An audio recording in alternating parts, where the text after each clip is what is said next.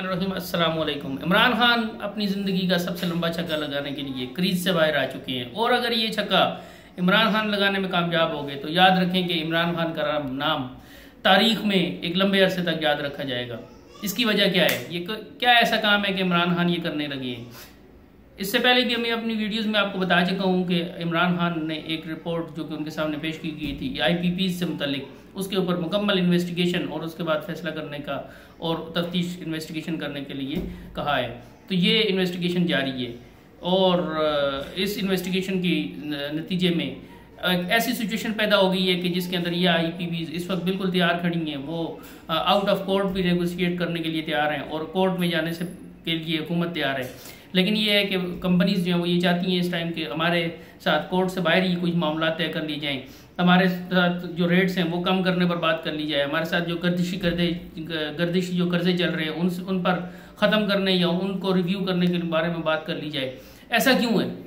आखिर ऐसी क्या बात है? आखिर ऐसी क्या बात है कि यही वो कंपनीज के जो इस आज से पहले परवेज़ मुशर्रफ का दौर हो या उसके बाद जरदारी साहब का दौर हो या उसके बाद नवाज शरीफ साहब का दौर हो, किसी भी दौर में अगर इनके साथ इस तरह की मामलात किए जाएं, कोई बात की जाए तो ये एकदम धमकियां लगाने पे आ जाती थी कि हम आपको इंटरनेशनल कोर्ट्स में ले जाएंगे, हम आपको बाहर ले जाएंगे, हम आपको छोड़ेंगे नहीं, आप हमारे साथ किए हुए मुआहदों से मुकर रहे हैं। तो इस वक्त ऐसी क्या पोजीशन आई है कि ये कंपनीज एकदम इन तमाम मामलात को तय करने के लिए रेडी हैं? तो इसके पीछे एक मुकम्मल एक कहानी है और वो कहानी मैं आपको भी बयान करने लगा हूँ। वो कहानी है, ये कहानी शुरू होती है 2003-2004 के अंदर के जब जनरल परवेज़ मुशर्रफ साहब की हुकूमत थी और उन्होंने एक ऑडिट उस वक्त कायम करने की कोशिश की, काम करने का हुक्म दिया था और उस ऑडिट में ये था कि ये 10 IPPs जो हैं इन IPPs का मुकम्मल ऑडिट किया जाए कि इनको कितना पैसा गया, इनसे कितनी बिजली ली गई, कितना पेट्रोल इनको दिया गया, किस रेट पर दिया गया और किस रेट पर इनसे बिजली ली गई। तो ये तमाम मामलों का ऑडिट किया जाए। तो मैं आपको बताता चलूँ कि ऐसी ही एक रिपोर्ट इस वक्त इमरान खान के टेबल पर पहुंची कि जिसके अंदर ये तमाम चीज़ें मौजूद थीं, जिनमें एक बहुत बड़े घपलों का इंकिशाफ हुआ था। यहाँ पर सिर्फ फिलहाल इमरान खान के टेबल के ऊपर सिर्फ एक केस मौजूद था और वो केस था मियां मोहम्मद मंशा का। मियां मोहम्मद मंशा साहब जो कि उनका चूनिया के अंदर एक चूनिया के मकाम पर एक प्लांट है उनका, उस प्लांट के ऊपर इन्वेस्टिगेशन हुई और उसके बाद वो रिपोर्ट इमरान खान के टेबल पर पेश की गई। उस रिपोर्ट के मुताबिक उसमें बहुत से घपले थे। तो उस एक रिपोर्ट को देखते हुए ये ऑर्डर किया गया इमरान खान की तरफ से कि बाकी भी जितनी भी कंपनीज हैं उन सब का ऑडिट किया जाए, उन सब कंपनीज के मामलात जो हैं उनको देखा जाए कि क्या बाकी मामलात में भी इसी तरीके से 2 नंबरी हुई है। तो यकीनन हुई है, क्योंकि वो तमाम कंपनीज इस वक्त बिल्कुल तैयार खड़ी हैं, वो घुटना पर आ चुकी हैं और वो कंपनीज इस वक्त यही चाह रही हैं कि हमारे साथ किसी न किसी सूरत मामला तय कर लीजिए। तो मैं आपको ये बताता जाऊँ कि इसमें क्या ऐसी इन रिपोर्ट्स में बात थी कि जिसकी वजह से ये कंपनीज एकदम घुटनों पर आ गई हैं। तो आपको एक बात पता मालूम होगी कि ये जिस वक्त ये प्लांट लगाए गए थे, शायद अगर आपके इल्म में नहीं है तो मैं आपको बताता चलूँ, जो ये प्लांट लगाने का जिस वक्त कॉन्ट्रैक्ट हुआ था उसमें ये चीज़ लिखी गई थी कि इन प्लांट्स पर आने वाली कॉस्ट का 80% गवर्नमेंट पे करेगी और 20% इंडिपेंडेंट इन्वेस्टर्स पे करेंगे और उसके बाद वो इन्वेस्टर्स इस बिजली को बनाने के बाद गवर्नमेंट के ऊपर सेल किया करेंगे। तो हुआ कुछ यूँ कि उस वक्त जो है आपको एक बात में ये क्लियर करता जाऊँ, एक चीज़ इसमें आती है मैनुअल। कोई भी प्लांट जिस वक्त लगाया जाता है उस या कोई भी चीज़ आप प्लांट या मशीनरी होती है उसमें एक चीज़ आती है मैनुअल, जिसके अंदर उसकी तमाम चीज़ें लिखी हुई होती हैं कि इसको कैसे चलाना है, इसकी कैसे देखभाल करनी है, इसकी प्राइस क्या है, इसकी एक्सपायरी डेट क्या है, ये तमाम चीज़ें इसके अंदर लिखी हुई होती हैं। तो वो प्लांट जो कि चूनिया के अंदर लगाया गया, मियां मंशा का जो प्लांट था, उस प्लांट में जो चीज़ें देखी गई वो ये कि उसका मैनुअल यहाँ लोकली पाकिस्तान में प्रिंट किया गया। ऐसा क्यों? ऐसा इसलिए कि उसकी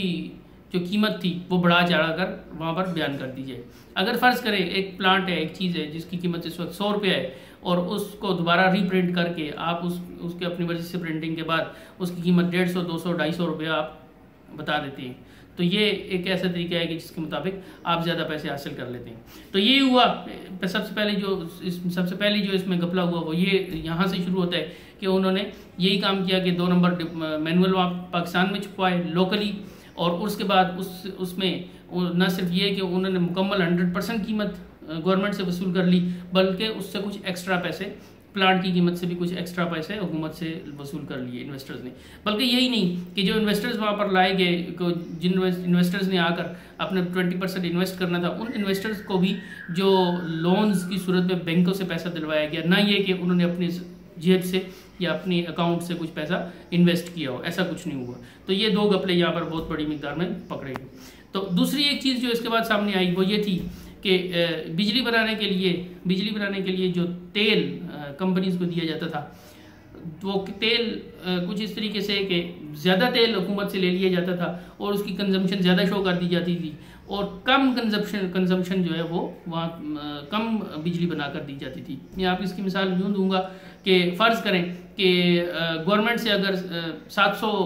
लीटर पेट्रोल में बिजली 1000 लीटर अगर गवर्नमेंट से भी लिया जाता है और उनसे कहा जाता है कि इस 1000 लीटर के अंदर इतना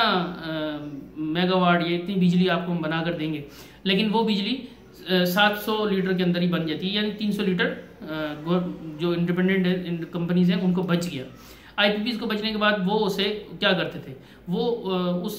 तेल को लोकली अब उनके ब्रोकर्स के जरिए वो मार्केट के अंदर सेल आउट कर देते थे, तो ये डबल उनको मुनाफा चला जाता था। और तीसरी चीज़ एक और इसमें चीज़ पकड़ी गई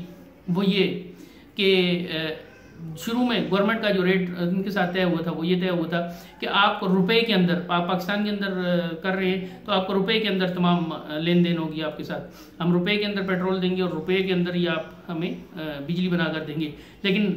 बाद में कुछ यूँ हुआ कि ये जो रुपए के अंदर लेन देन थे इसको रुपए से डॉलर के अंदर कन्वर्ट कर दिया गया, क्योंकि आपको पता है कि डॉलर की कीमत तो बढ़ती रहती है और पिछले 15 साल में डॉलर की कीमत तकरीबन डबल हो चुकी है, तो इसलिए इनको बहुत ज़्यादा एक इस सिलसिले में भी मुनाफा हुआ। और चौथी एक और चीज़ जो इसमें सामने आई वो ये कि शुरू में ये चीज़ तय हुई थी कि जितनी भी इंडिपेंडेंट कंपनीज हैं उनको उनके अपने अखराजात और सैलरीज और तमाम चीज़ें निकलवा के, उनके ट्रांसपोर्टेशन और हर चीज़ के अखराजात निकालने के बाद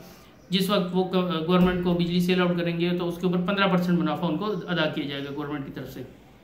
लेकिन ऐसा नहीं हुआ, बल्कि उस मुनाफे को 40 से 50% तक बढ़ा दिया गया। आखिर ये किसने किया?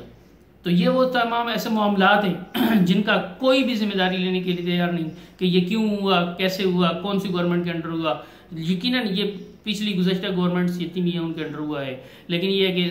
इसका जिम्मेदार लेने के लिए तो कोई भी तैयार नहीं। तो ये वो सिचुएशन है कि जिसकी वजह से ये कंपनीज इस वक्त बिल्कुल घुटनों पर आ चुकी हैं और ये बिल्कुल तैयार हैं कि हमारे साथ नेगोशिएट किया जाए। लेकिन इमरान खान के पास एक बड़ा ज़बरदस्त चांस है, और उनके पास चांस ये है, सिर्फ ये है कि